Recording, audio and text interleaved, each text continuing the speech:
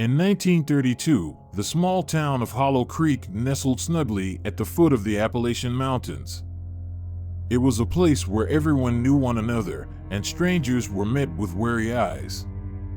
Life here moved at a leisurely pace, seemingly safe, until a shadow of fear fell over the town. A series of mysterious disappearances had gripped Hollow Creek, leaving no trace behind. Young women, children, even lone travelers vanished without a hint of their fate. Sheriff Clyde Harrington, a man with decades of experience, felt helpless. Each day he faced the anxious faces of townsfolk, but his own confidence in justice waned. Rumors of mysterious forces began to spread, and he often thought of his approaching retirement. Butcher Jonathan Reed seemed far removed from these concerns. His shop, Reed's Meats, had supplied the town with the finest cuts for over a decade. A man of few words and gentlemanly manners, he preferred solitude over the raucous company at the local bar. Yet behind closed doors, Jonathan hid a dark side unknown even to his most loyal customers. At night, when the town fell silent, the dim light from his shop burned. Passers-by who dared to walk past could hear strange noises, metal scraping, muffled thuds, or sounds faintly reminiscent of screams. But who would dare challenge the respected butcher? Mary Lee, a bright and cheerful teenage girl, was last seen one evening on her way home from church. Her disappearance marked the beginning of a massive search effort that united nearly the entire town. Sheriff Harrington personally led the search party. Men and women combed through forests, scoured riverbanks, and inspected every abandoned house. Yet no trace of Mary Lee was found. The only clue was a yellow ribbon discovered near Reed's butcher shop. Coincidence, the sheriff assured himself, trying not to succumb to paranoia. Jonathan Reed watched the commotion from his apartment window above the shop. His face remained impassive. But if someone had looked into his eyes, they would have seen something chilling, cold calculation and a shadow of pleasure. That same night, he descended into his basement. Behind a hidden door concealed among wooden panels was a room filled with tools, knives, hooks, saws, all immaculately clean and razor-sharp, ready for use.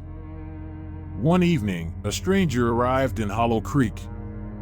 Evelyn Carter, a journalist from Chicago, was a woman with a steely resolve and a sharp mind. She had been tracking a serial killer dubbed the Butcher of Small Towns for months. Her sources suggested that Hollow Creek might be his next target. The townsfolk greeted her arrival with suspicion.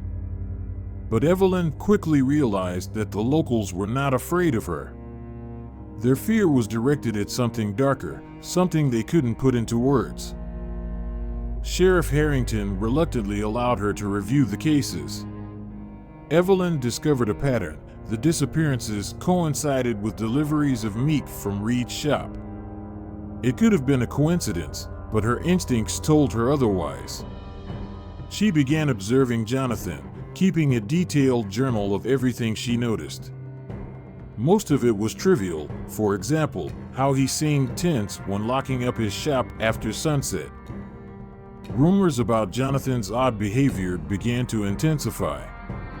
At the bar, someone whispered that they saw him carrying something heavy into the woods at night.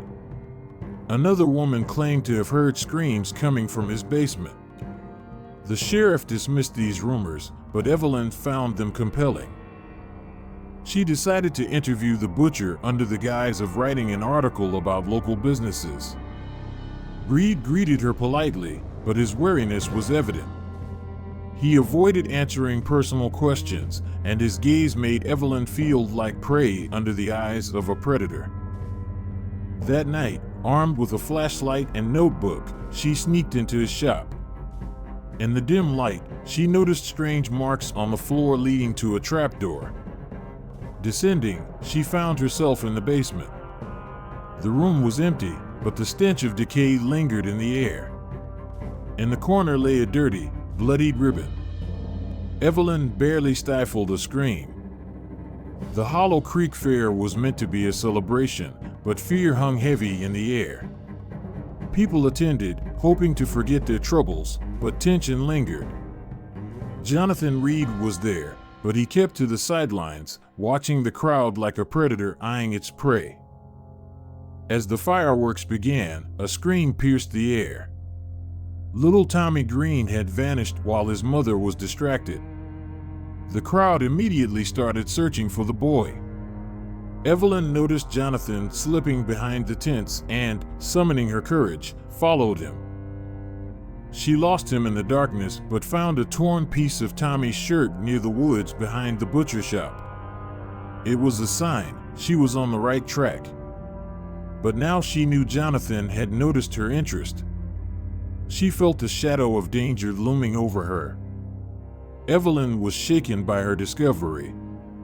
Her suspicions were confirmed, but she knew accusing Jonathan without evidence was futile. That night, she left the basement untouched but recorded detailed notes and sketches in her journal. She realized she needed an ally.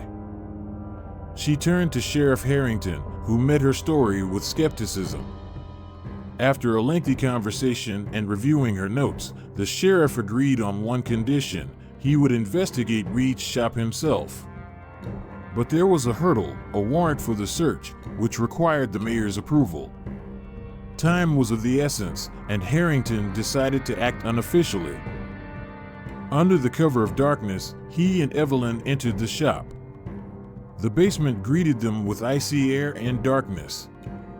Carefully inspecting the room, the sheriff found a hidden door Evelyn had missed.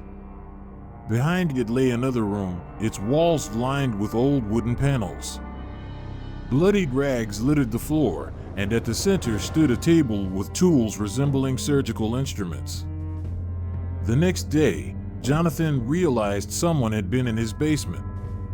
He began acting quickly and ruthlessly. His smile behind the counter seemed more strained, his manners more guarded. Evelyn sensed she had become his next target. She decided to safeguard her findings, entrusting her journal and photographs to the local preacher, a respected figure in Hollow Creek. Meanwhile, Jonathan started to suspect her. One night, he knocked on her hotel room door, but Evelyn pretended to be asleep, listening to his heavy breathing through the door. Jonathan understood Evelyn was a clever foe, but he had no intention of retreating. A few days later, Sheriff Harrington vanished. The townsfolk were horrified, as the sheriff had been their last hope for safety. Evelyn realized she was now alone in her fight against Jonathan. She returned to his shop to find the final piece of evidence. This time, she discovered keys in the basement, which she suspected opened the doors to a nearby warehouse owned by Reed. In the warehouse, she made a gruesome discovery. Among boxes of meat products, she found the frozen bodies of the missing townspeople. Her hands trembled, but she managed to photograph everything with her camera. Evelyn knew Jonathan wouldn't let her leave alive. She left her journal and photos with the preacher and returned to the shop, knowing this night would be decisive. She descended into the basement, armed with a knife, ready for the confrontation. Jonathan arrived, seemingly anticipating her move. A large butcher's knife glinted in his hand. Their struggle was brief but ferocious. Evelyn used all her wits to defend herself. Finally, she managed to wound Jonathan and escape. The townsfolk, drawn by the commotion, gathered around the shop.